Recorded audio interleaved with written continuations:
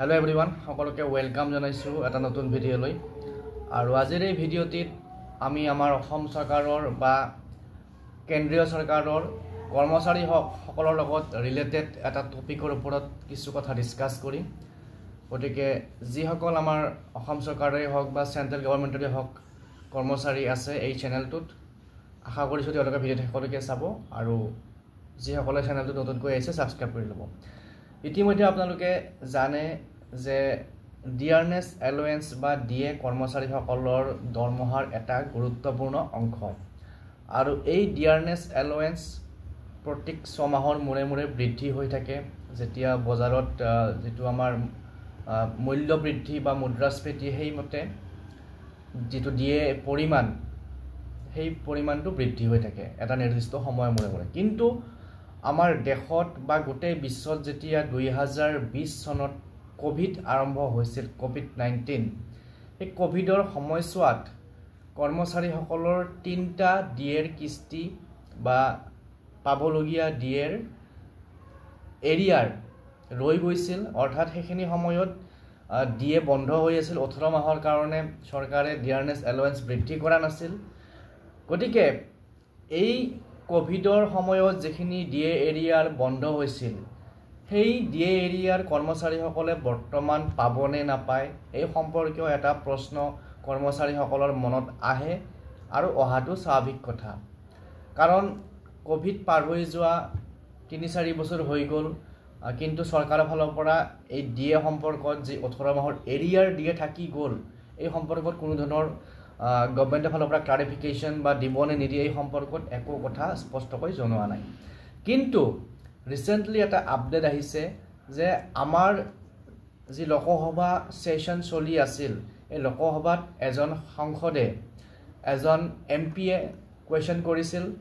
ভাৰত চৰকাৰৰ যি finance department আছে ফাইনেন্স ডিপাৰ্টমেন্টক কোৱেশ্চন কৰিছিল আৰু তেখেতে সুধিছিল যে এই যে কোভিডৰ টাইমৰ যিকেটা আমাৰ ডিএৰ এৰিয়াৰ আছিল বা ডিএ যিকেটা ইনষ্টলমেন্ট আছিল সেই ডিএ ইনষ্টলমেন্ট কেটা বা এৰিয়াৰ হিচাপে কৰ্মচাৰীসকলক দিয়া হ'বনে নাই বা চৰকাৰৰ ফাইনান্সিয়েল কন্ডিশন গভৰ্নমেন্টৰ ফাইনান্সিয়েল কন্ডিশন বা আমাৰ দেশৰ আৰ্থিক অৱস্থা টনকিয়াল হৈ আছে নে নাই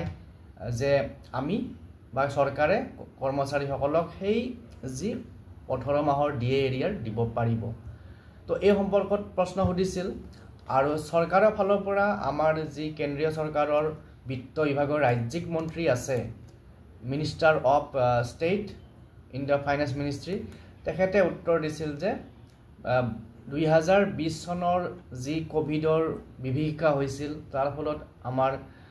চৰকাৰৰ যথেষ্টখিনি আৰ্থিক ক্ষতি হৈছিল আৰু চৰকাৰৰ যি বিত্তীয় ব্যৱস্থা বা বিত্তীয় ফাইনান্সিয়েল মেনেজমেন্ট তাৰ ওপৰত ইম্প্যাক্ট পেলাইছিল তাৰ ফলত আমাৰ দেশৰ অৰ্থনীতি দুৰ্বল হৈ গৈছিল বা চৰকাৰৰ যি ৰাজহৰ ব্যৱস্থা এয়া দুৰ্বল হৈ গৈছিল গতিকে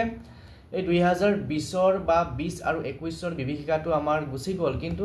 তাৰ পৰা ৰিকভাৰী হোৱাতে যেহেতু অলপ টাইম লাগে তাৰ লগতে গভৰ্নমেন্টে বিভিন্ন ধৰণৰ ওয়েলফেয়াৰ স্কিম লৈ আছে গতিকে